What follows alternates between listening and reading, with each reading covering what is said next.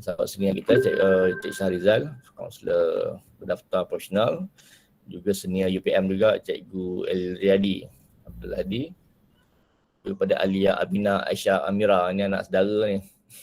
Sebenarnya saudara, bersama-sama dengan malam ni insya-Allah kita akan cerita bual-bual sembang-sembang je berkaitan dengan pentingnya pemikiran positif untuk kita rasa bahagia dan rasa seronok, tenang dan sebagainya.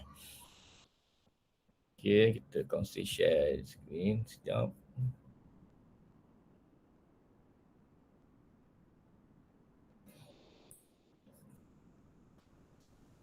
Okey, nampak Nampak tak? Sharing. Nampak. Okey, alright, baik. InsyaAllah. Okey, kita mula dengan ayat Al-Quran. A'udzubillahi minasyaitonirrajim. Bismillahirrahmanirrahim. Dalam surah Asy-Syams Allah sebut wa nafsi wa ma sawwaha fa'alhamaha fujuraha wa taqwaha. Nak kata Allah berikan ilmu, ilmu ataupun ilham kepada manusia ni. Kadang-kadang kita cenderung kepada untuk buat kebaikan dan kadang-kadang cenderung untuk buat benda-benda yang tak baik lah, ataupun benda yang bukan benda-benda takwa lah. Wa nafsi wa ma sawwaha, demi diri manusia yang mensempurnakan kejadiannya dengan kelengkapan yang sesuai dengan keadaannya. Fa'alhamha fujuraha wa taqwaha. Jadi kita manusia ni, kita takkan lepas kita ada unsur. Kalau kita belajar counselling,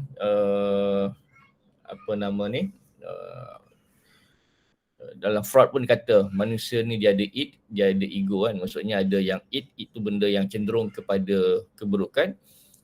Kita ada ego yang bermaksud benda yang mengawal antara yang buruk dengan yang sangat baik. Dan satu lagi apa dinamakan sebagai super ego lah. Super ego ni yang suka dikaitkan dengan satu orang kata wisdom ataupun satu tahap yang memang suka melakukan kebaikan, langsung tak nak buat benda yang buruk kan.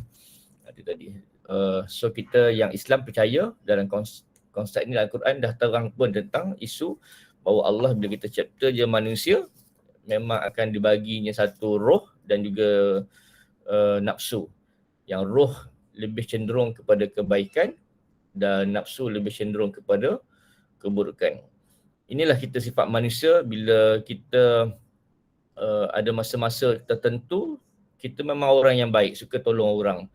Kita suka membantu kawan sekerja kita. Kita suka kawan sekolah kita buatkan homework dan sebagainya, ataupun tolong mak dan ayah sebagainya.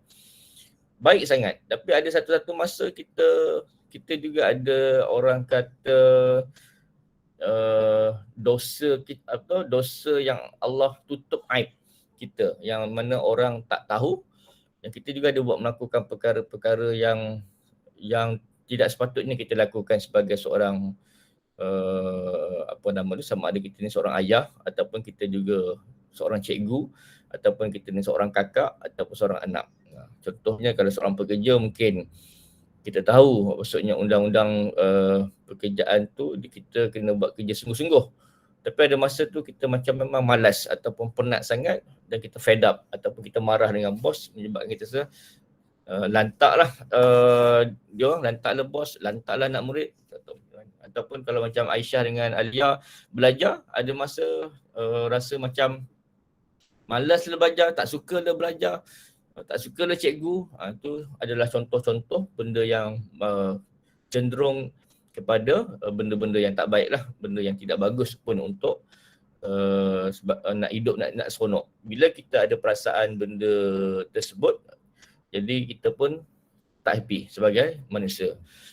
Dan kemudian kita kena faham juga dalam manusia ni, dalam hadis pun Nabi kata daripada Anas bin Malik, daripada Rasulullah SAW bersabda, sesungguhnya baginda bersabda, jika ada anak Adam ni ada baginya satu lembah emas, nescaya dia akan mencari lembah yang kedua.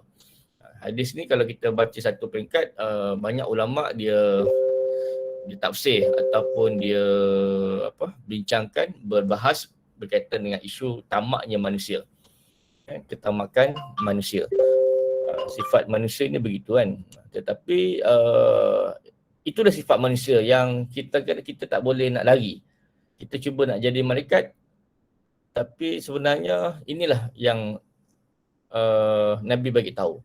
Sekalipun dia alim ulama, saya fikir kan, Cik Tuan Syarizal kan mesti ada keinginan nak rasa kaya tak kan? Ada tak keinginan nak rasa kaya? Ada. Mesti ada kan? Abang Yadi, ada keinginan nak kaya?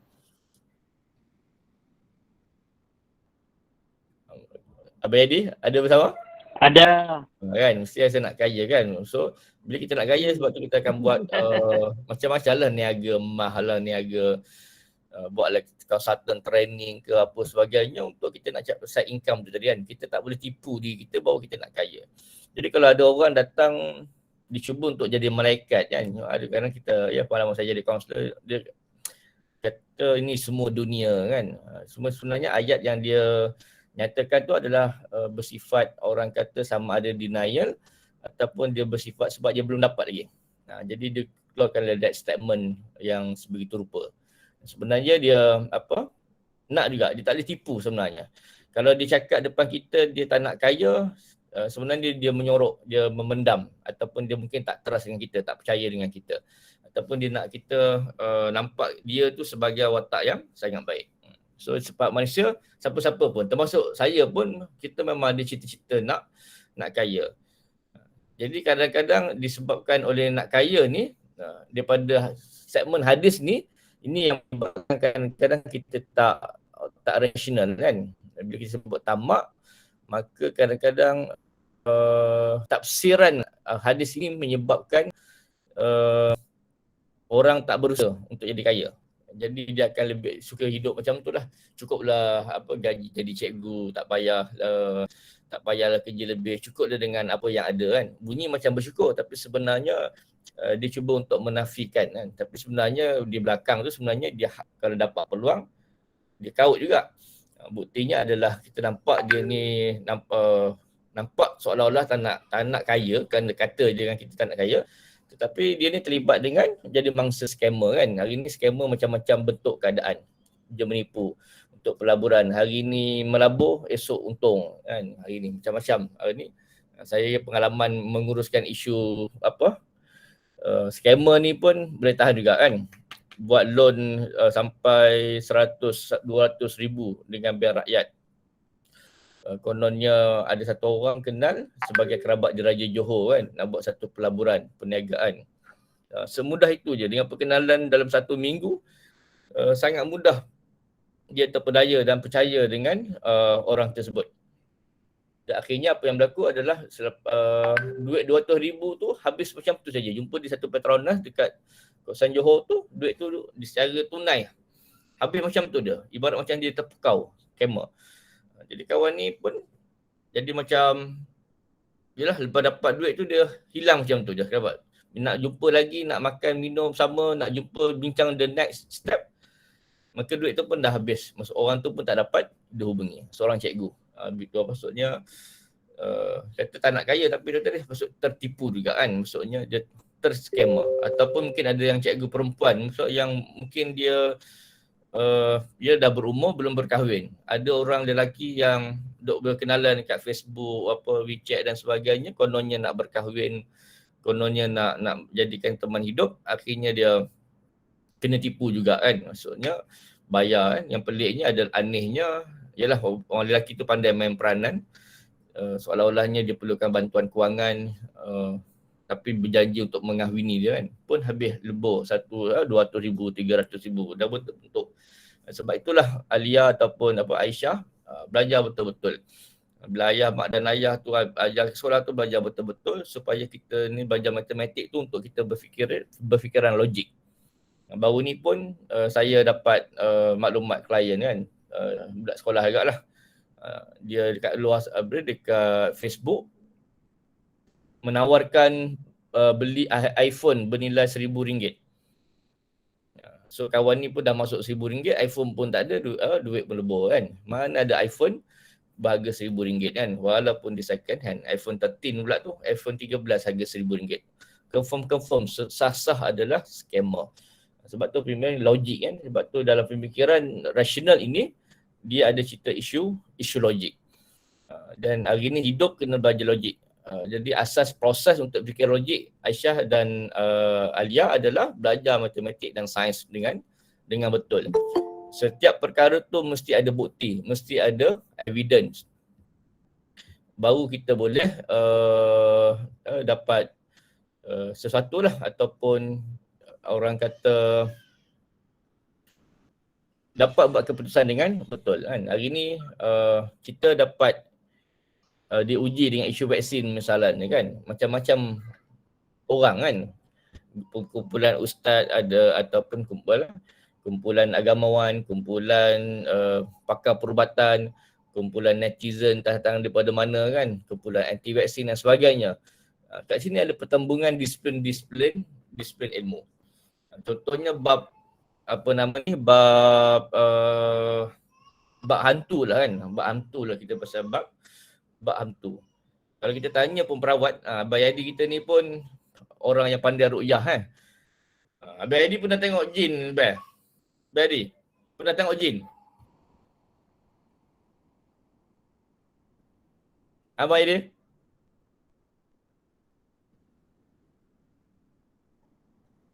Tak tahu tak? Macam Abang Sarizal lah. Tak pernah.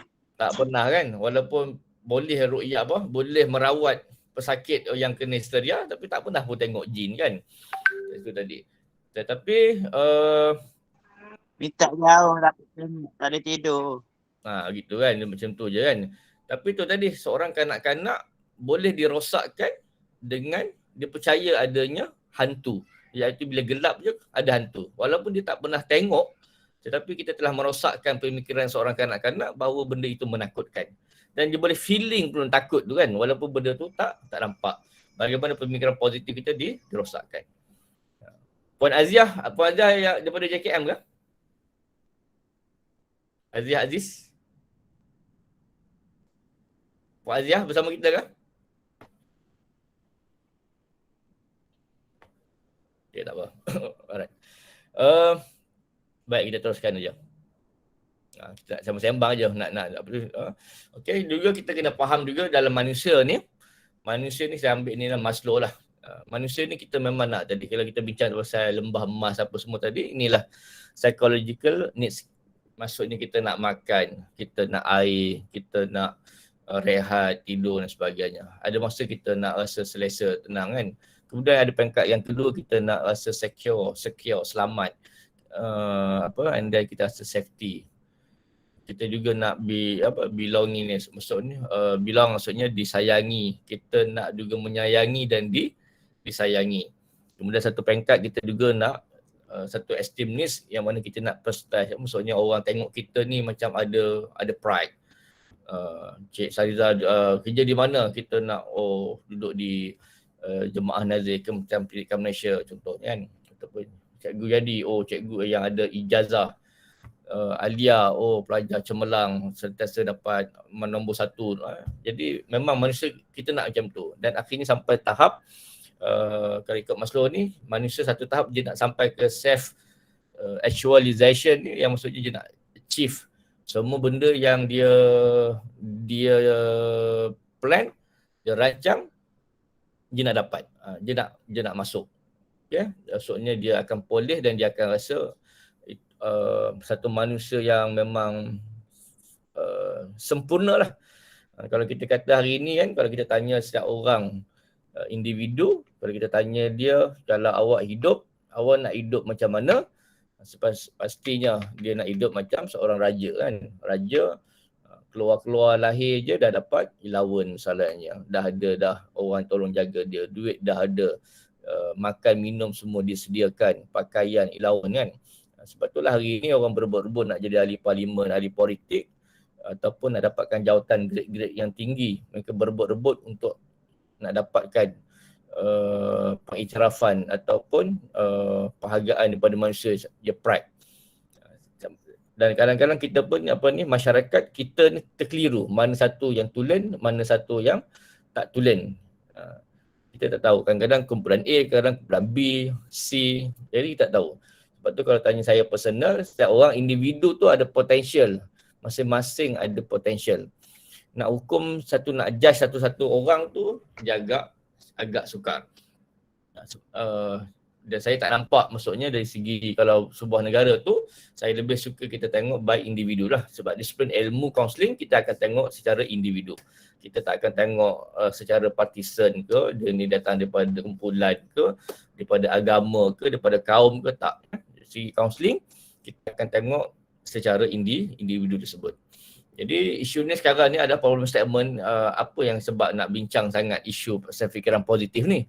Sebab hari ni kita nak bagi tahu kepada anda semua bahawa hari ni apa cara kita berfikir ni, cara kita respon, gerak balas dengan maklumat ni, banyak kita ni dipengaruhi oleh orang yang signifikan dengan kita. Siapakah orang yang signifikan? Maksud signifikan adalah orang yang kalau dia cakap tu kita boleh dengar cakap dia. Kalau dia cakap tu kita nak dengar cakap dia. Kalau dia buat apa-apa pun kita nak tiru macam dia. Jadi kalau macam Alia, Aisyah, sudah tentulah peranan mak dan ayah tu adalah orang yang dekat dengan Aisyah. Yang kalau mak cakap, you kena suka dengar dan nak dengar, nak ikut. Okay. Mungkin ada orang yang atuk dia, mungkin dia rapat. Mungkin sebab mak ayah dia sibuk, dia rapat duduk sekali dengan atuk. Ada orang, mungkin cikgu dia. Kadang-kadang cikgu je lebih signifikan. Macam Alia dan Aisyah mungkin diuji, pelajar sekolah ni dia akan diuji dengan kadang-kadang mereka lebih suka dengar cakap cikgu dia banding dengan mak dan ayah dia. Itu biasa. Itu normal. Itu yang berlaku. Walaupun cikgu dia cikgu matematik macam Bayadi kan, cikgu matematik 2 tambah 2 memang jawapannya 4, dia nak juga betul dah, tapi dah lah ayah dia cikgu matematik, tapi dia lebih percaya cikgu matematik dia di sekolah tu bandingnya ayah dia yang juga adalah seorang cikgu matematik misalnya. Juga kadang-kadang rakan sekolah, kalau nak jadi remaja ni, itu cabaran dia adalah rakan sekolah. Dan hari ini sebenarnya yang banyak mempengaruhi kanak-kanak, anak-anak kita ataupun kita sendiri pun sebenarnya media influencer ni sekarang ni kan. Hari ni ramai tak payah nak kerja sangat ataupun sibuk nak disuka kepada populariti tu jadi influencer. Adakah salah? Tak salah pun kan. Cumanya perlu berhati-hati dengan approach dan sebagainya. Tapi nak kata hari ni banyak dipengaruhi oleh influencer. So antara yang kita hadapi hari ini, kita ada aplikasi yang popular dalam kalangan kita, Facebook, Twitter dengan TikTok. Saya ingat ini antara yang pattern yang besar lah dalam kalangan masyarakat kita yang memberikan respon. Tetapi setiap media sosial ni dia ada pro and con dia kan, ataupun kalau kita analisa. Kalau saya tanya Puan Aziah ada lagi bersama kita ke? Aziah bersama dengan saya kan? Bersama kita kan? Okay, tak apa. Macam Abang Syarizal, kalau abang tengok dekat Facebook, apa analisa abang terhadap Facebook? Maksudnya perkongsian dia, konten dia tu macam mana berbanding dengan tiga-tiga tu?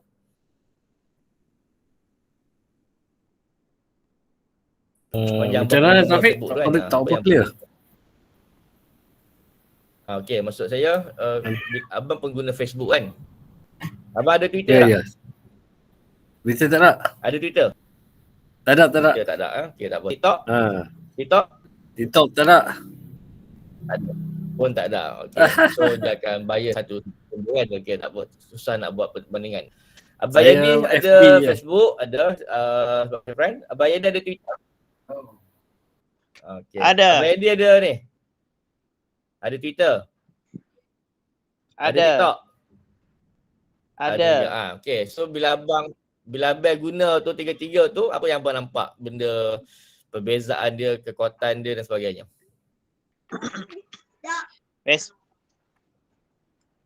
Facebook ni lebih kepada orang yang julat umur senior lah. Twitter ni lebih pada budak-budak. Jadi di situ pun dah ada dua pola pemikiran yang berbeza zamannya. TikTok pula lebih pada konten, video konten. Banyak perkongsian yang baik juga. banyak perkongsian buruk, tapi still okay lah. Kita yang pilih benda tu, tak ada masalah bagi Ana. Okay, kan. Okay, itu abang tengok dari segi itulah. So memang Cabar Yadi ni contoh apa, orang individu yang kalau dia respon dia berhati-hati cakap kan, supaya nampak lebih orang kata kita akan mau kelihatan macam profesional, relax itu kan.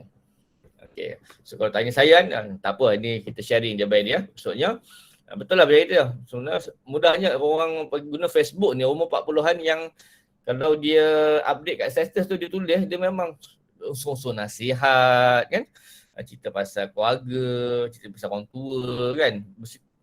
Memang sesuai lah dengan umur dia tu. Yang sedih-sedih kan. Yang apa, yang begitulah, cerita pasal makan, mungkin pasal keluarga macam tu. Tetapi kalau kita tengok Twitter Cabar Yadi, Cabar Yadi tu apa ni, cakap tadi orang muda kan. So kita nampak dia agresif. Tetapi walaupun dia agresif, nampak macam budak-budak, tetapi konten yang mereka kemukakan, fakta-fakta yang mereka timbulkan, dia macam bersifat empirical, nampak macam bijak pandai. Betul tak Yadi? Setuju tak? Ya. Lebih sebenarnya kepada emosi juga sebenarnya Twitter ni. Fakta yang kan, tidak yang separuh masuk. Yelah, kalau yang cover betul. Tapi mostly kebanyakannya kalau kita follow, saya tak pasti abang yang di follow kan. Saya follow Dr. Aid Fawzal macam isu pasal, yelah kita bercakap tentang teori konspirasi kan, teori New Age, teori pasal berkaitan dengan climate change kan. Kita yang pasal matahari, negara China buat matahari kan. Benda-benda tu dibincang dalam apa Twitter, dan hanya pengguna-pengguna Twitter kebanyakan lah yang saya tengok lah. Maksudnya saya tak menafikan juga ada yang serabut, tapi mostly adalah bersifat fakta yang menyebabkan menolak yang selama ni kita pegang benda yang satu hujah-hujah yang tak rasional, yang tidak munasabah. Kumpulan Twitter ni lah orangnya lah yang saya kata nampak kumpulan ni. Sebab itulah banyak isu kan. Kalau kita tengok isu banjir ni, tengok kentam MB Selangor ke, mana-mana parti pun memang kena troll dengan kumpulan Twitter ni. Sebab kita pun tak tahu mana je dapat maklumat, data, sampai data tu boleh contoh beg berat je pun. Beg berat tu kan datang daripada Facebook, beg berat tu datang daripada Twitter. Datang daripada kumpulan Twitter ni kan. Sebab akhirnya Kementerian Terpaksa dengan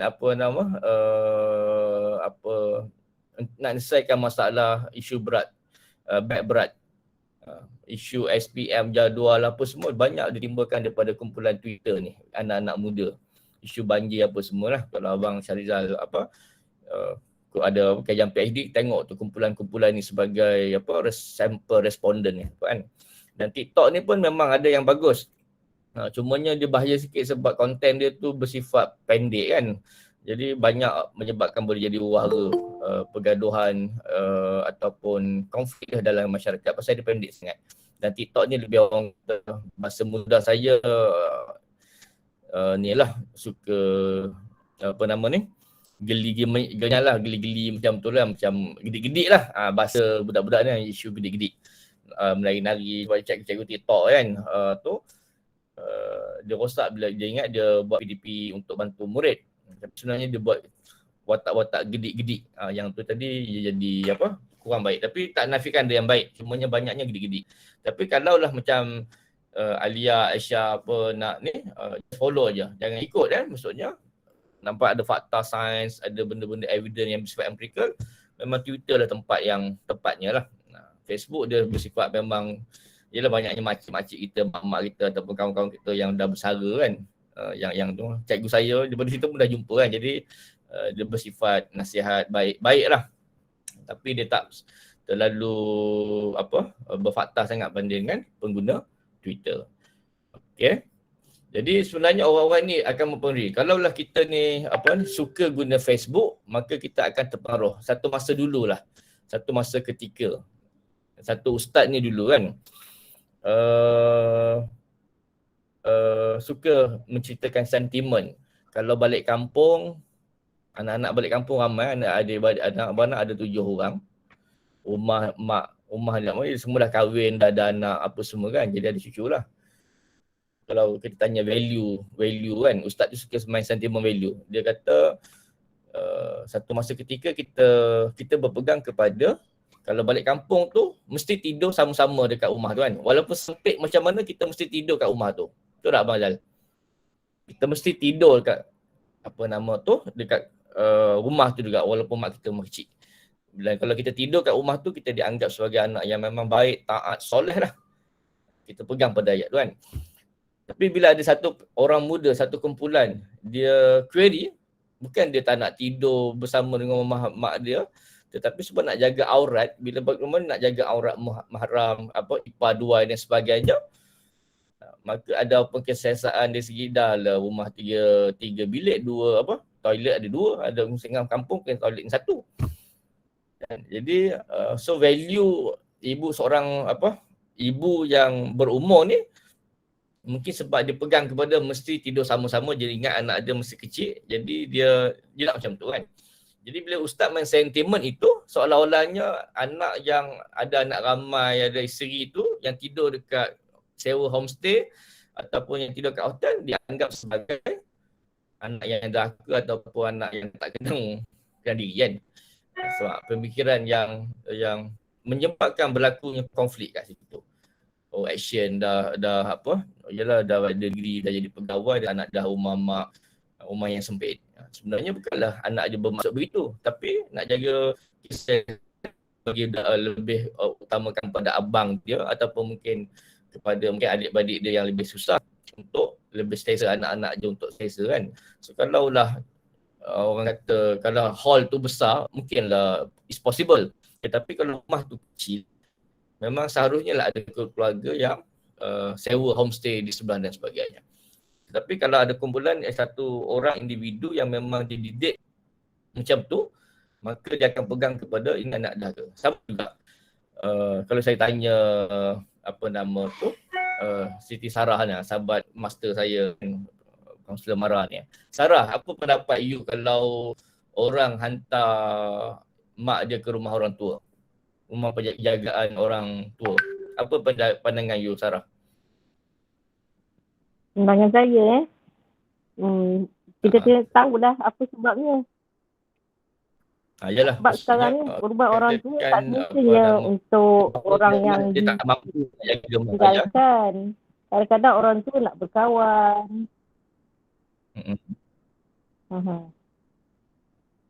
Okey, dah ada orang ke rumah tu untuk nak berkawan kan.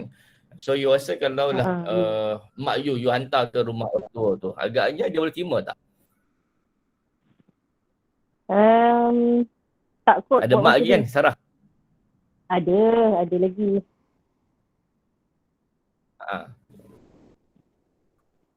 Setakat ni belum kan? terfikirlah macam tu. Okey, sebab apa belum terfikir? Sebab masih mampu menjaga mak sendiri. Jadi kan. So, pemikiran Sarah dia masih lagi rigid dengan yang ada, pemikiran yang sedia ada, iaitu sebagai anak kita kena jaga mak kita dengan betul macam mana keadaan sekalipun.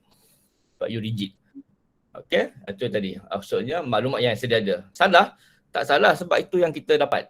Maksudnya kita diajar begitulah sebagai anak. Jangan, ustaz-ustaz pun bagi tahu, jangan biarkan mak duduk kat rumah orang tua. Jangan biarkan. Sebab kita faham satu frasa aja. Okay, satu phrase tu saja.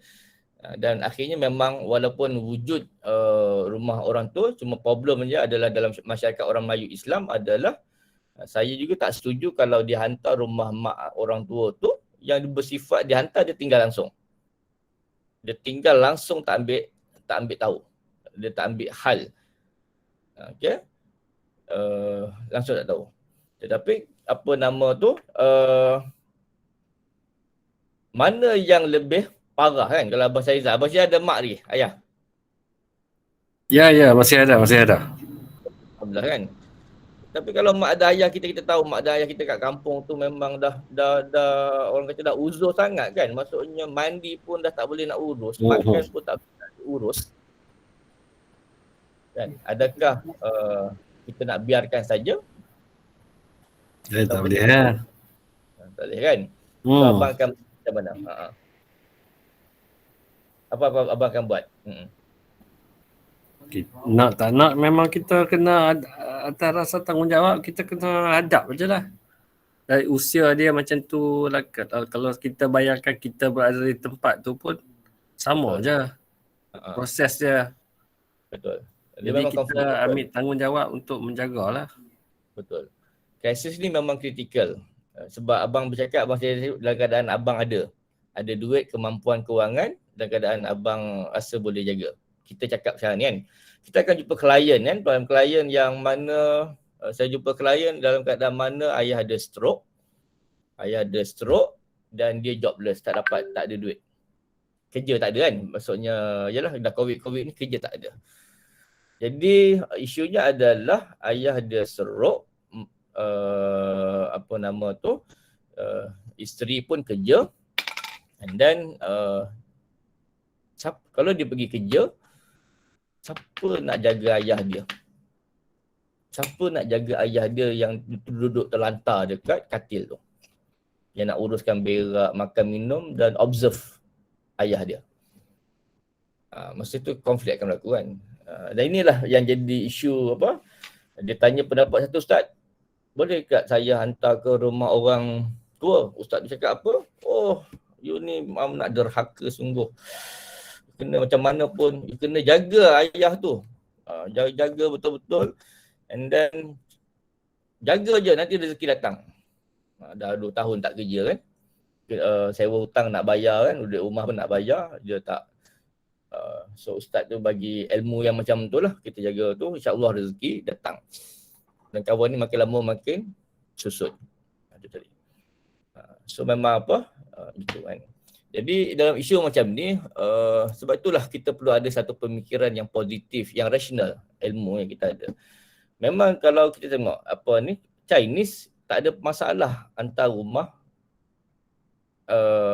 pergi rumah kebajikan untuk mak dia, orang tua. Iaitu dengan tujuan macam Siti Sarah sebut tadi, Puan Sarah sebut tadi, berkaitan dengan dia nak berkawan tu tadi. Sebab itulah NGO Chinese ni bukan nak puji apa pun, sebab dia buat memang kena kan. Sebab kita bincang tadi tentang elemen manusia tu tadi kan. Kita nak disayangi, kita nak berkawan, kita nak makan, minum, kita nak rasa bahagia, nak rasa selamat. Nak tak nak, kita tak boleh biarkan mak ayah kita berkurung kat rumah tu. Walaupun kita rasa jaga, tapi sebenarnya kita bagi dia ni berkurung kat rumah. Sebab itulah pendekatan orang yang kita cakap barat lah, walaupun kita kata masih barat je kan, tapi benda yang baik kita ambil lah. Maksudnya dia memfungsikan manusia tu sebagai manusia. Maksudnya dia hantar rumah orang tua tu, tapi ada program. Dan dia tak tinggalkan langsung.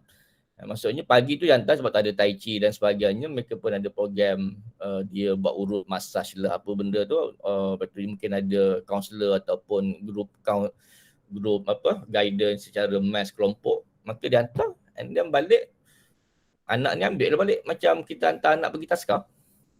Kan? Macam anak pergi taskah, dia ada modul dia. Supaya mak dan ayah kita ni tak sunyi. You bayangkan kita ni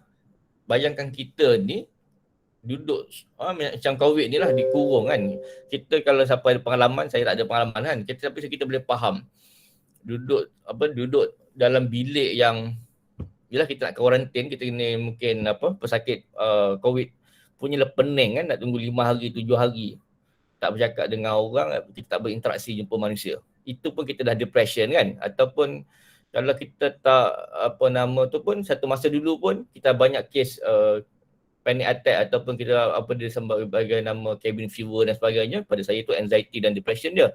Bila kerajaan tak bagi kita keluar, tak bagi kerja, kecuali pergi hanya untuk beli makanan saja kan. So imagine, maksudnya terkurung macam tu. Sebab itulah pemahaman yang betul tu perlu ada kepada masyarakat supaya kita tak statik dengan asal hantar mak dan ayah rumah orang tua, rumah jagaan sebagai anak dahaga. Padahal mak ayah dia kat kampung tu ialah makan tak larang nak bangun pun kan. Kalau ada darah tinggi dan sebagainya pun berisiko untuk tumbang pun, jatuh. Jadi dia biarkan je. Lepas tu, itu satu hal kan. Itu satu perkara. Yang kedua, kita pun tahu, kita akui belah-belah Kedah ke belah utara sama lah pun belah saya ni pun masa vaksin kan. Antara orang yang paling takut vaksin masa tu adalah orang yang berumur warga emas ni kan. Bagaimana punyalah payah kerajaan ataupun yalah pihak KKM dan sebagainya nak pujuk supaya warga emas ni ambil vaksin ketika itu kan, pada satu masa ketika kan, punya susah sukar sebab dia dapat maklumat yang tak betul ataupun misconceptual dalam satu maklumat yang biasalah ayat orang warga emas kita ni pergi jumpa doktor ni jangan percaya. Dia ni buat eksperimen je, habis semua nak cucuk kan, baiknya tak. Itu satu kan. Kalau kita jumpa dengan budak sekolah pun, saya ni duduk kat sekolah, cikgu sakit perut. Kenapa? Cikgu ada tak minyak urut? Pasal dia belajar dengan mak dan ayah tadi, orang yang signifikan dia tadi, bila sakit perut mesti sapu dengan minyak cak kapak ataupun minyak panas. Kan? Biasa berlaku kan kat situ. Maksudnya dia belajar kat situ. Maksudnya dia percaya sakit perut kalau sapu minyak panas baik. Itu yang dia punya belief, kepercayaan yang dia ada. Walaupun dah belajar sains, walaupun dah masuk kelas, masuk ambil biologi, masuk fizik, tapi dia percaya juga sakit perut, isi sapu minyak urut, settle masalah. Itu isu yang kita hadapi dalam masyarakat ketika ini. Macam juga isu rasuk tadi. Ataupun anxiety. Orang tu berdebar-debar dah tu kan. Tapi jumpa dengan Tok Bomoh, dia akan jumpa ataupun mungkin yang ruqyah, pakar ruqyah, kita akan kaitkan anxiety tu dengan jin. Berkaitan dengan jin. Ada unsur sihir, ada unsur jin. Suka dikaitkan dengan jin. Akhirnya tak jumpa dengan doktor sebab tak percaya dengan doktor psikiatris tu, tak jumpa dengan kaunselor, percaya dengan Tok Bomoh ataupun dengan satu ustaz yang kan itu berkaitan dengan jin. Dan sebenarnya dan akhirnya tidak membantu pun. Setahun, 2 tahun orang tu merana penyakit anxiety. Tapi bila ini based pengalaman saya dengan klien kan, bila kita cek ini you ada tak sakit belakang? Ada tak rasa susah tidur? Ada tak berdebar-debar you tak boleh nak kontrol? Ada tak you rasa macam nak mati? So sebenarnya tu adalah fakta-fakta empirical, fakta-fakta yang ada dalam buku DSM-5, buku-buku yang ada dalam psikiatris punya simptom. Jadi kalau itu ada shaking dan sebagainya, maka sebenarnya ada anxiety. So ubatnya adalah jumpa psikiatris. Ada ubat anti-depression dia dan dibantu oleh kaunseling bagaimana untuk proses untuk dia pulih cara dia berfikir. Okay. Dan sebab itulah ada juga orang jumpa klien. Tapi Encik Taufik, bukankah Al-Quran itu penyembuh segala penyakit? Betul tak ayat dia?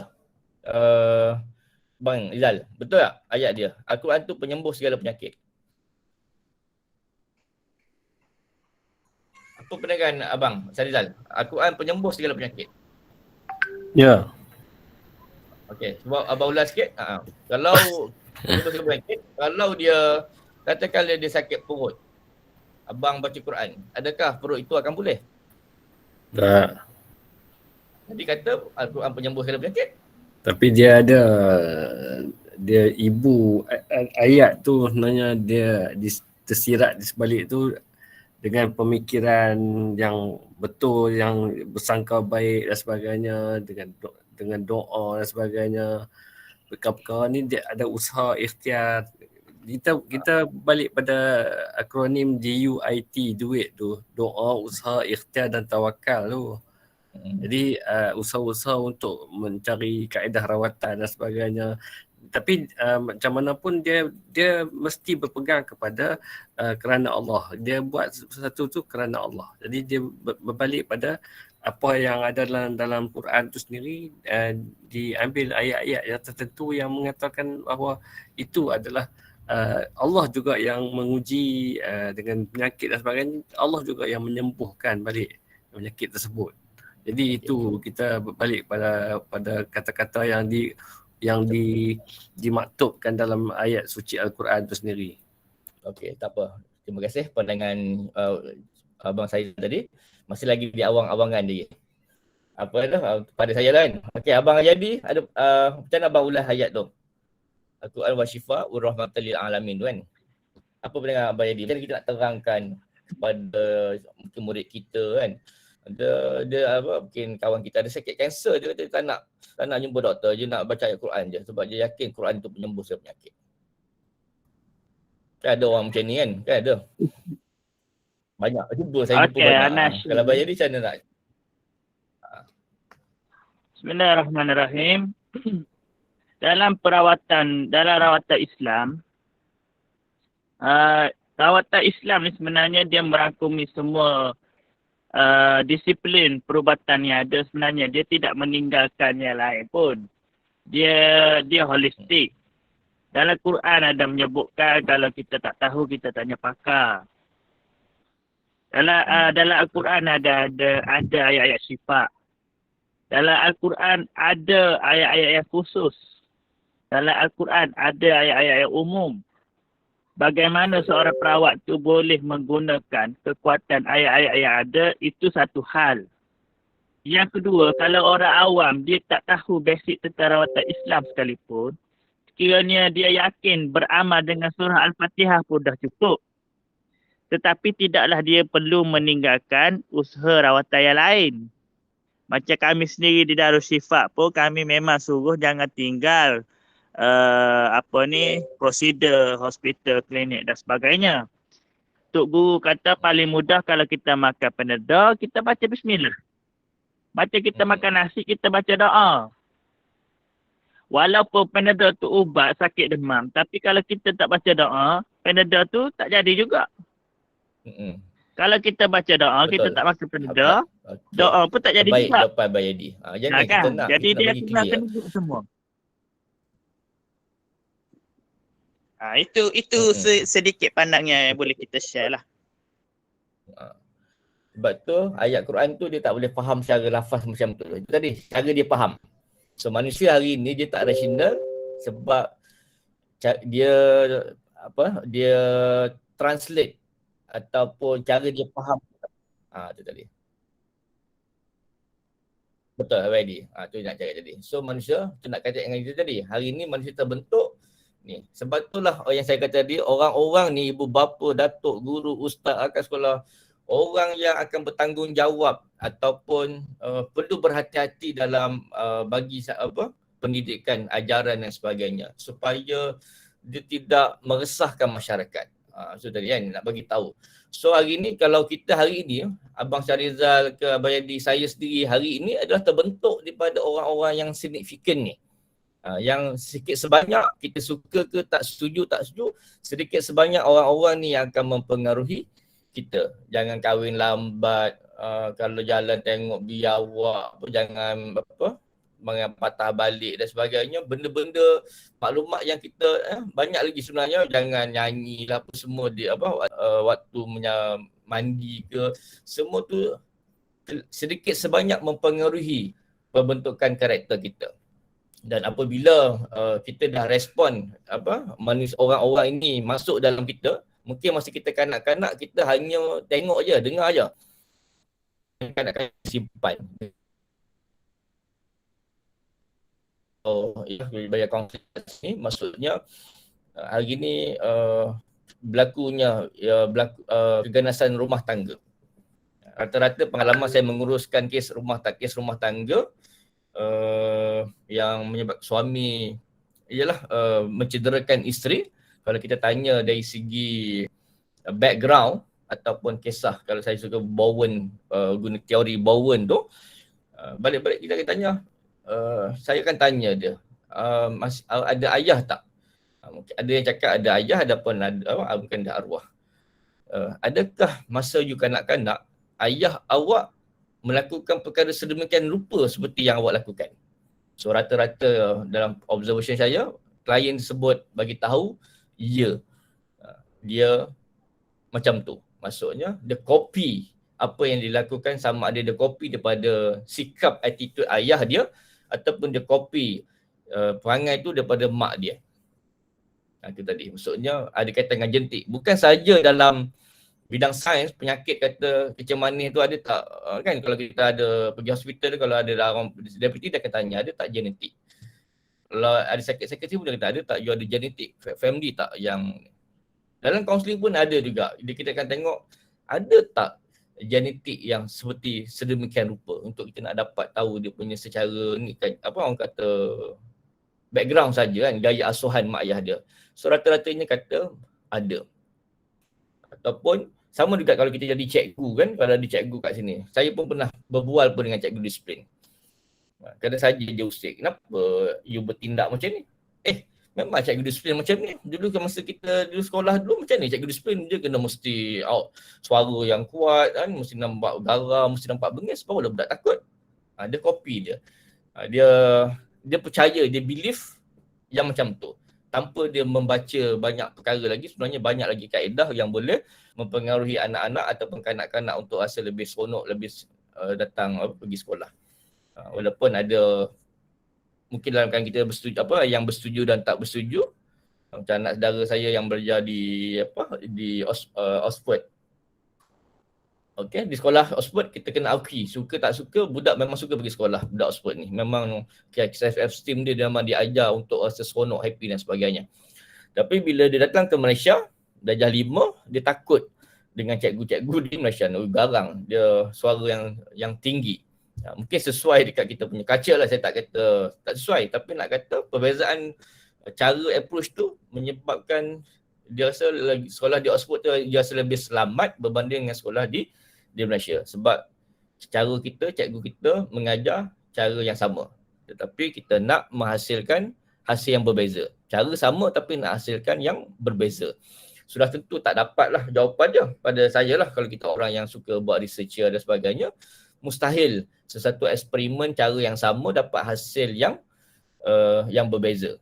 Sudah tentu nak dapatkan hasil yang berbeza, mestilah menggunakan approach ataupun alat bahan radas yang berbeza untuk mendapatkan keputusan yang berbeza.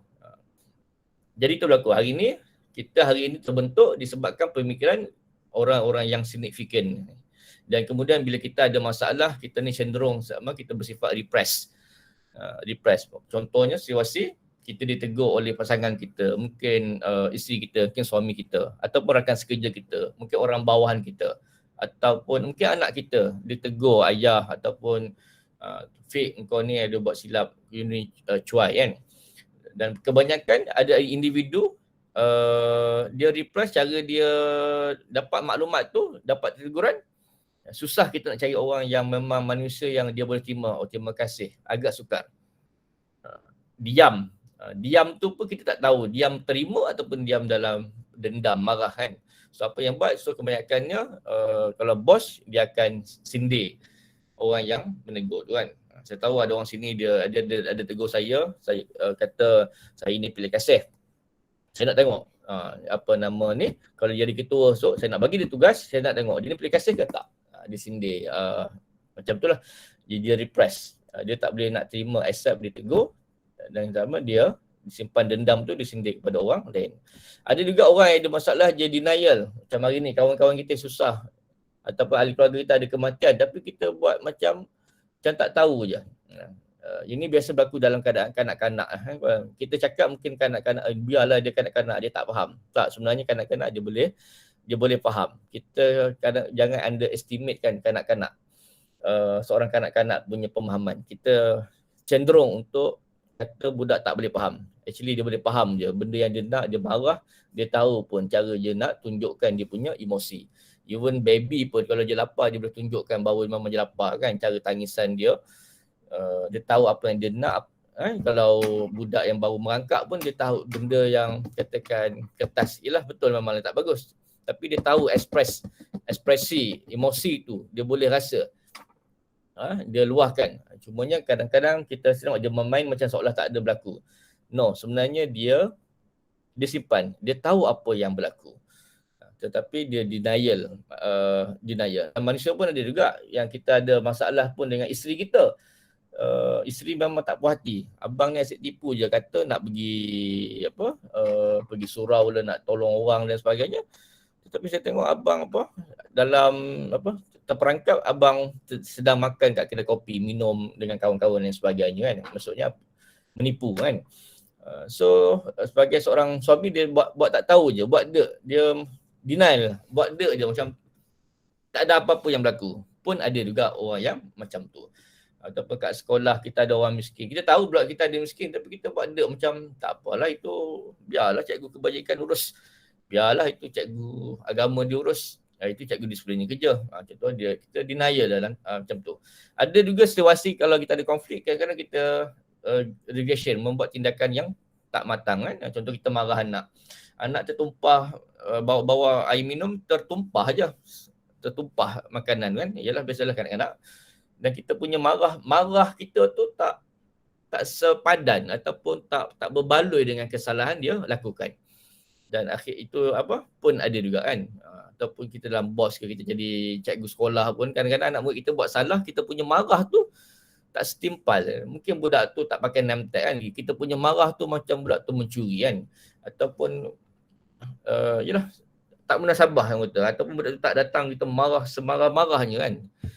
Sebab kita tak boleh terima orang buat salah. Misalnya kita nak didik tapi kita tak boleh terima benda tu berulang-ulang. Walhal kita juga pun ada juga cuai dan kita melakukan benda yang berulang-ulang. Tapi kita tak boleh, bila orang kita tak boleh. Okay. Ada juga keadaan kita sublimation, kita marah, ataupun kita sedih tapi kita buat dengan cara yang positif. Tu yang orang pergi cakap tu, kalau kau stres, kau pergilah masuk dengan tinju ke, tu pergi hiking, pergilah window shopping, itulah ayat-ayat biasa. Maksudnya dia sublimasikan. Dan ada juga orang yang rasionalkan, iaitu memang berlaku konflik, bergaduhan, tetapi dia menipu untuk dia rasional. Alah tak apalah, dia buat macam aku kalah dengan muzik ni sebab aku saja je bagi can kat dia. Tak apalah, aku pun dah banyak kali menang kan. Dia tak boleh accept bahawa sebenarnya dia kalah kan. Tapi dia menipu seolah-olah dia yang mengundur diri ataupun dia bagi peluang kan. Itu pun ada. So kita ni memang cenderung. Ni orang politik ke sama juga kan. Dengan apa yang berlaku, ada orang politik yang ada masalah banjir, dia buat tak tahu je kan. Ada orang yang tak munasabah, dia buat orang dah tahu orang susah, dia buat majlis tarian contoh waktu banjir contoh kan. Ataupun orang tengah susah banjir, dia cabut pergi melancong kat luar kan. Ataupun rasionalisasi dia pula kadang-kadang dia menipu ala banjir, kita tak sangka pun benda tu berlaku kan. Kita tak ni macam-macam ayat lah untuk supaya orang tak nampak dia tu salah. Kita tak tengok orang, kita dah diri kita. Semua ni kita ni ada. Kadang kita ada tunjukkan benda-benda yang macam ni. Salah ke? Salah. Inilah kajian oleh Freud. Dia kata memang manusia cenderung macam ni.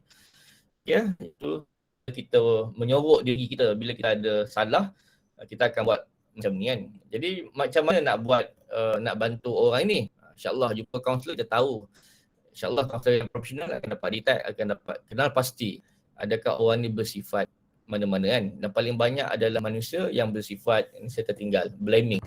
Banyak kita ni kalau ada masalah kita akan blaming. Ini kau punya pasal. Ini dia punya pasal. Ini jabatan punya pasal. Ini orang je. Dia tak ada salah.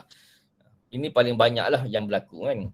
Ini kerajaan salah. Ini lembab tu lah. Maksudnya kita akan blaming. Yang blaming inilah yang menyebabkan kita rasa marah, kita tak happy, masyarakat pun tak gembira, kita akan rasa prasangka dan sebagainya.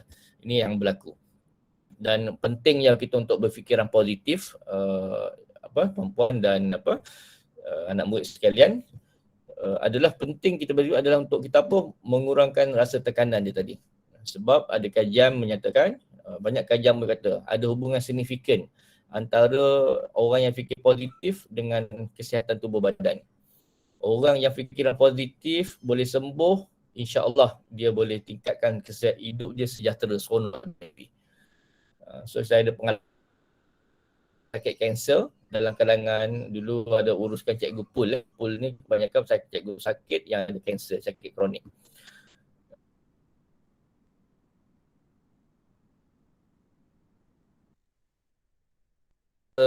Orang Melayu Islam dengan Chinese.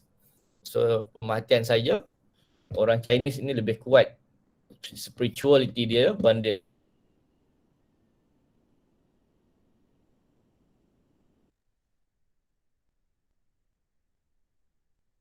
dan alhamdulillah kebanyakannya dia boleh survive lama sikit, 7 ke 8 tahun. Ada saya pernah jumpa klien pool yang telah alami kanser lebih hampir 18 ke 20 tahun dan dia boleh survive. Kanser stage 4 tapi dia boleh survive ke lebih daripada 15 tahun. Tetapi saya juga jumpa juga dengan cikgu kita yang bangsa Melayu Islam yang dapat kanser. Yang stage pertama tu memang out lah, memang sedih, tak boleh nak accept dan sebagainya. Dan kita buat counselling. Alhamdulillah dia 6 bulan. 6 bulan tu dia recovery, buat kemo dan sebagainya. Sihat, belaka jumpa. Oh, terima kasih Cikgu Taufik, Abang Cik Taufik, saya rasa sihat. Oh, suka tak tahu. Oh, tak tahu lah suka. Dia berjalan-jalan dan kemudian merata berjalan dah sihat tu kan, dia seronok. Kemudian tahun lepas Raya Haji tu, tak tahulah wallahu alam, yalah kematian tu matilah. Kabarnya isterinya bagi tahu, Cik Taufik, suami saya ni dia Raya Haji seronok sangat makan daging. Okey Abang Rizal makan kambing, makan daging korban dan akhirnya kanser tu kembali semula. Dan fast dia perlu down terus, dia ingat bila dah kanser dah habis tu habis. Dia terlupa kanser tu boleh datang kembali, padahal doktor dah beritahu dah. Dan apa yang berlaku adalah ditakdirkanlah menemui ajal dalam masa tempoh berapa bulan je, drastik tu 4 bulan. Dan kebanyakan orang tadi spirituality ni kadang-kadang dia tak ada kaitan sangat dengan pemahaman agama, tak ada kaitan sangat. Maksudnya spirituality itu adalah apa yang dia faham, bukan sebab dia ustazah, bukan sebab dia ustaz, dia dia kuat, tetapi sebab apa yang spirituality ni adalah ketahanan, dia boleh terima acceptance. Kadang-kadang kita boleh sebut redha kan, orang Islam paling suka sebut apa-apa pun sabar, redha. Tetapi ayat sabar, redha tu dia tak sama dengan proses dia alami tu. Proses dia accept tu, terima kan, sukar. Macam ni. Kadang-kadang ayat redha sabar tu hanyalah ayat macam dia nak pujuk hati dia je kan, tapi sebenarnya tak sampai tu. Sebagai kaunselor, pada saya itu normal. Untuk permulaan memang, sebab tu kita ada satu ilmu lagi insyaAllah akan datang, psychological first aid. Bagaimana manusia mula-mula dia memang akan sedih. So, jangan sekali kalau orang kematian, orang bersedih, kita cakap sabar, jangan nangis-nangis. Jangan sekali sebut ayat yang itu.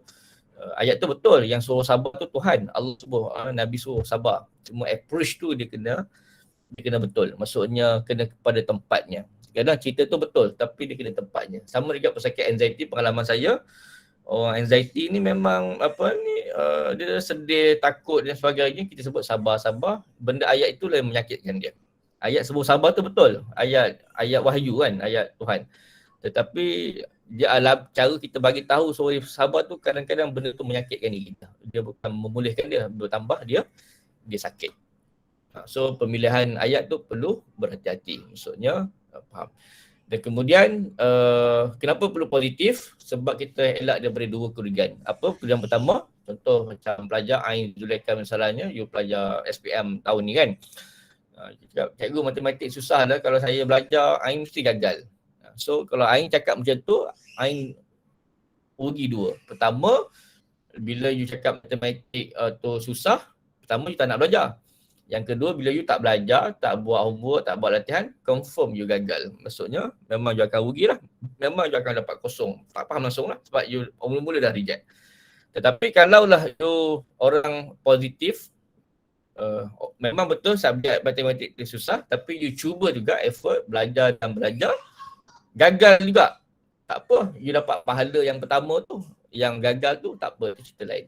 Tetapi boleh jadi kalau you positif dan positif, insyaAllah dua-dua dapat, iaitu you belajar dengan baik, faham. Yang kedua, you akan dapat result yang baik, keputusan yang baik. Itu pertama. Maksudnya, elak daripada orang yang dalam bahasa Inggeris, dalam counselling sebut overthinking. Kalau kita terlalu takut, benda tak jadi lagi, tapi kita dah rasa macam jadi kan, gagal, tak boleh, kita akan tak dapat. Alah, kalau minta kat cikgu mesti tak dapat.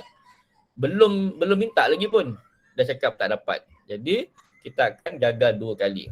Jadi jangan ada sifat yang macam tu lah. Sama juga kalau dalam konteks kerja ke, dalam konteks ibadah ke apa, kena positif.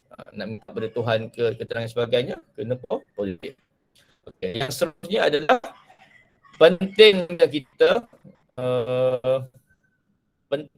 kita relax ni untuk kita boleh tumpuan dan fokus. So kalau pesakit anxiety ni adalah orang yang paling susah nak bagi fokus dan perhatian. Dia susah nak peka.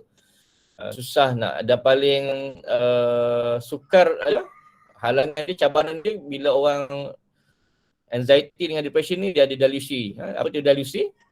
Dia nampak orang lain tak nampak. Dia seorang je nampak, orang lain tak nampak. Apa dia halusinasi? Dia dengar suara yang orang lain tak dengar. Dia seorang je dengar. Dan akhirnya orang depression ni boleh menyebabkan dia terfikir nak mati, bunuh diri. Itu yang cari jambatan dan kemudian nak panjat dekat kipas, sangkut kat leher kan. Itu cara orang bunuh diri. Dan dalam kajian bunuh diri ni kebanyakannya orang lelaki yang berjaya. Orang perempuan jarang berjaya bunuh diri.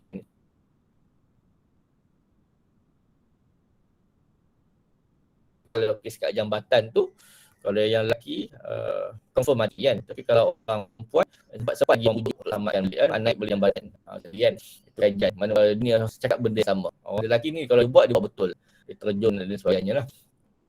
Okey, dan Islam sebenarnya positif ni berangka baik sebenarnya. Islam sangat adalah agama kita ajar supaya apa-apa pun mesti bersangka baik dengan sesuatu, dan benda tu boleh bantu emosi kita, dan kita akan beli rangsangan yang sihat, dan kita akan jadi harmoni serta tenang. Just tenang-tenang. Hari ni macam contoh banjir kan, air duduk kampung tengah dan sebagainya, kalau tak tiba pun mungkin affected juga masa duduk kawasan tu. Apa pun bertenang dulu, relax supaya ada bantuan dan sebagainya kan. Kalau panik, sebab tu banyak kes kajian menyatakan orang yang mati lemas tu walaupun dia sebenarnya seorang yang pandai berenang, tetapi disebabkan oleh panik tu dia mati lemas. Asalnya dia memang perenang yang hebat pun, yang bagus pun, tapi sebabkan panik tu tadi dia terkejut ataupun dia tak boleh nak kontrol positif tu, menyebabkan dia mati lemas. Dia tak boleh nak kontrol diri dia kan. Sebab tu kita dengar orang yang mati mandi sungai kan, dia orang mesti orang yang pandai berenang. Kalau dia tak berenang, dia pun tak berani pergi mandi kan. Tapi dia pandai. Tapi sebab mungkin berlaku masa tu adalah, yalah kita tak menafikan faktor mungkin ibu air tu yang terlalu kuat menolak dia. Tapi sebenarnya kalau apa-apa pun dalam nak mesti ada ketenangan. Sebab tu dalam ambulans dan sebagainya pun akan ada orang ambulans ataupun bulan sabit merah untuk bagi tenang orang yang macam dia panik kan. Contoh pelajar kita ada calon SPM misalnya. Dia macam takut, dia ketar-ketar. So apa yang kita buat adalah supaya relax dulu, tenang. Bila tenang semuanya okey. Ataupun kadang-kadang kita barang kita kan, kunci motor, kunci kereta. Kadang kita terlupa, miss kat mana aku letak handphone ni. Apa-apa kita tenang, relax dulu. Sekejap. Tadi kat sini.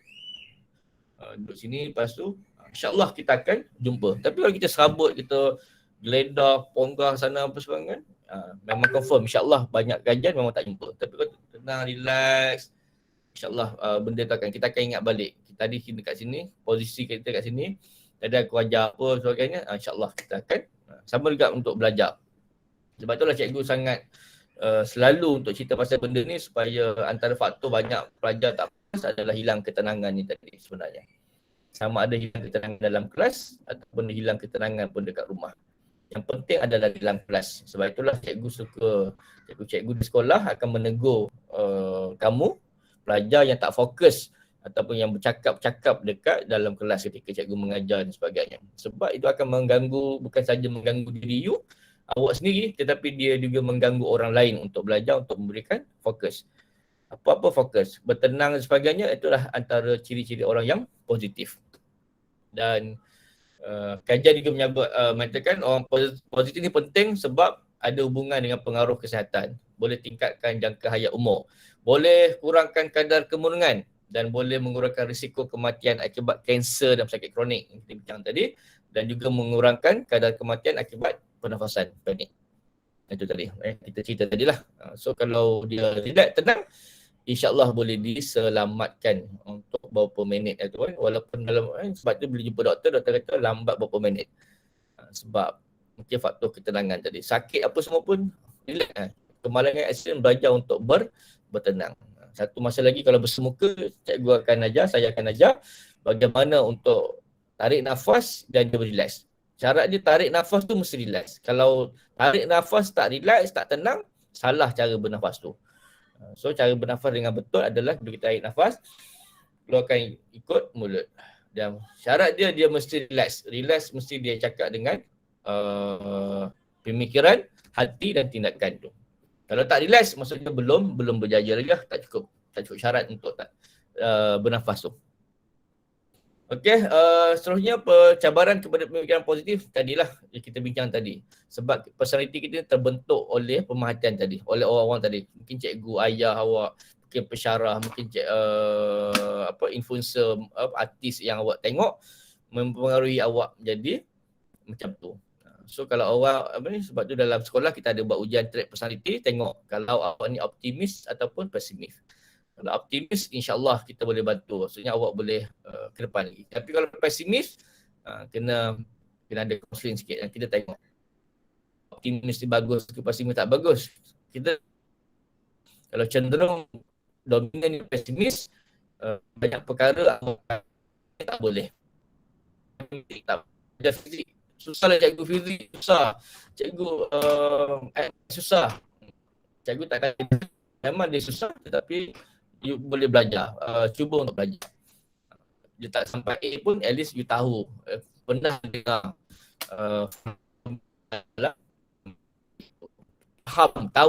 tahu pasal fizik.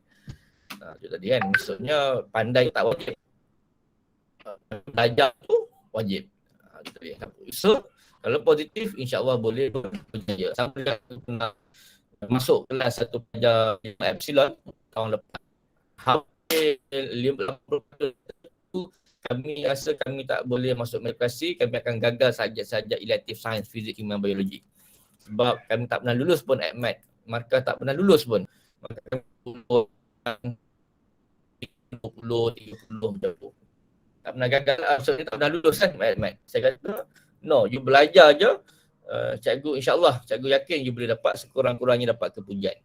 So, result SPM tahun 2021, Alhamdulillah. Semua yang tu betul lah cikgu, kami dapat kredit, dapat kepujian. Ada yang dapat B dan sebagainya. Saya kata, cikgu tahu cara kiraannya. Sebab cara untuk nak tengok markah skor ACMAT, dia bukan kira macam kat sekolah markah 40 mesti lulus. Untuk belajar, untuk dapat markah skor lulus, kamu kena belajar up sikit. Tapi kamu dah belajar dah, iaitu belajar tentang kelok normal. Kita belajar tentang taburan normal. Dikira kan, markah lulus adalah berdasarkan taburan normal. Cara nak faham, itu tak apa. Nanti kat sekolah, kita jumpa, cikgu akan ajar. Kalau you faham taburan normal tu, you tengok kelok normal, tak normal, you faham yang tu, insya-Allah you boleh faham apa yang cikgu akan masukkan. Inilah. Macam Alia sekolah rendah mungkin tak faham lagi lah. Saya sekolah menengah, kalau you dah belajar taburan normal, sepatutnya you boleh tahu. Nanti cikgu akan tunjukkan bagaimana taburan normal digunakan untuk nak buat perniagaan. Taburan normal digunakan untuk menentukan saiz pakaian, saiz kasut untuk perniagaan lah. Ataupun nak menentukan satu-satu kajian dan sebagainya. Okey. Itu satu perkara. Dan akhirnya, ini cara berfikir positif. Saya bagi dua je hari ni, malam ni. Pun dah pukul 10 lebih dah, penat dah sikit. Okey, pertama tarik pernafasan untuk lihat tadi. Tarik. Lepas ke mulut. Lagi bagus kalau sebut. Tarik. Allahu Akbar. Tarik. Allahu Akbar. Kalau yang apa? Nak berzikir. Kalau apa? Lebih baik pun. Sebut je Allahu Akbar. Allahu Akbar. Apa? Alhamdulillah. Allah kan. Biasanya kita sebut Allahu Akbar sebab masa tu kita rasa lemah, kita rasa nak tenang. Kita nak membesarkan Allah. Bantu wahai Allah, bantulah hamba-mu ini. Aku rasa lemah. Tolonglah hamba-mu ni Allah. Macam tu kan. Okay, yang kedua, bila nak fikir positif, ayat mesti keluar ayat kan. Kat luar sana, kalau bayadi tu ada NLP dan sebagainya, itu sebenarnya adalah itu model ataupun jenama je. Dan kaunseling dan Islam pun dah ajak. Kalau nak konsisten, dia mesti lafaz. Sebab tu dalam solat, tak sah solat kalau you tak dengar. Baca Al-Fatihah tu tak dengar dengan telinga sendiri, maka solat tu tak sah. Mesti Bismillahirrahmanirrahim. Telinga tu dengar. Dia tak boleh katuk mulut aja. Tak boleh istilah, cikgu saya baca dalam hati. Tak sah. Solat tu tak sah. Baca Fatihah dalam tu tak sah. Dan dia mesti berulang-ulang. Dalam kaunseling pun cakap benda yang sama, mesti disebutkan. Sebab tu cikgu ada tunjukkan video tentang positive affirmation di sekolah. Bagaimana seorang kanak-kanak orang barat ajar dia kan. Dia akan sebut bila bangun tidur dia sebut I am happy, I am good girl, I am strong, I am happy.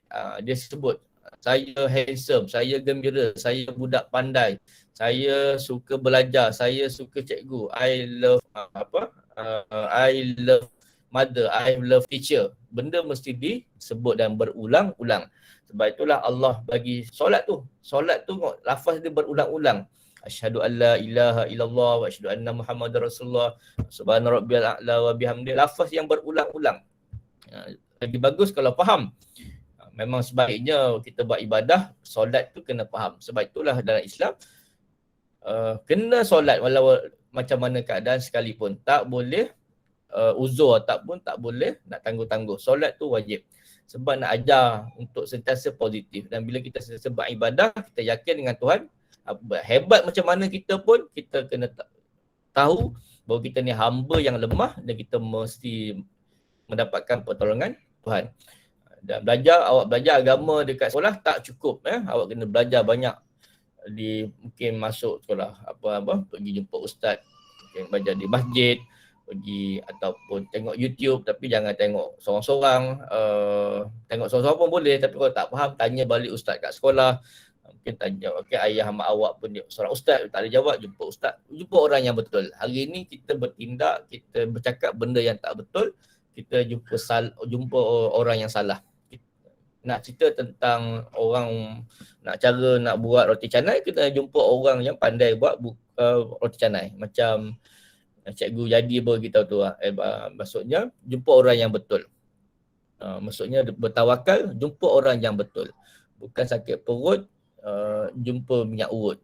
Salah, tak betul kan. Pergi jumpa doktor, buat diagnose, mungkin ada gastrik, mungkin mungkin ada na'udzubillah lah, kanser, mungkin juga keracunan makanan, kita tak tahu. Diagnose doktor yang pakar yang akan diagnose, ataupun mungkin tertumbuk ataupun tersalah tidur dan sebagainya. Benda-benda itulah jumpa orang yang betul. Sebab tu hari ni cikgu nak supaya anda semua, insya-Allah tuan-puan semua, untuk berfikiran yang positif. Bila kita berfikiran positif, insya-Allah kita akan apa-apa pun keadaan yang berlaku, kita akan tenang-tenang saja kan, ataupun istilah chill-chill saja, insya-Allah.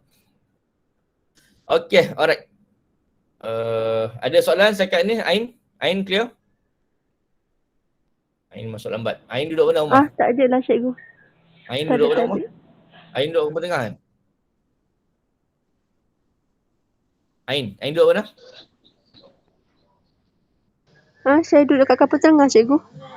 Rumah tak masuk air? Tak tahulah sebab sekarang saya kat tempat lain. Ayah dengan adik saya seorang je kat sana. Oh. Okey, selamat lah dulu, tak apa. Okey, saya cukup saya dah ni. Abang Adi, minta maaf kalau macam tak capai expectation. Yuda, Alia, Aisyah, terima kasih masih bersama. So kita jumpa lain kali lah, insyaAllah. Okey, Abang Adi, insyaAllah. Okey, sekian saja. Assalamualaikum warahmatullahi wabarakatuh. Waalaikumsalam. Terbaik. Okey, beres. Abang Adi buat ni lah, tadi buat basalahan.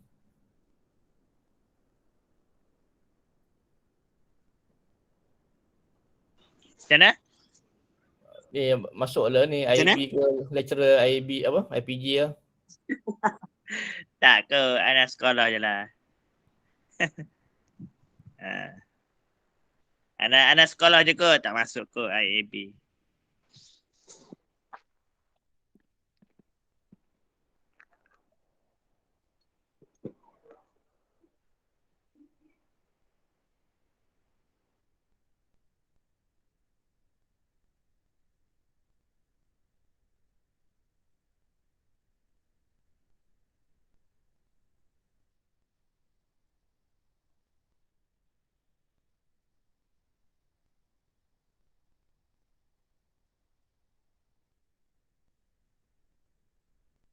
Okey, Analah dulu Assalamualaikum. Terima kasih. Terima kasih cikgu.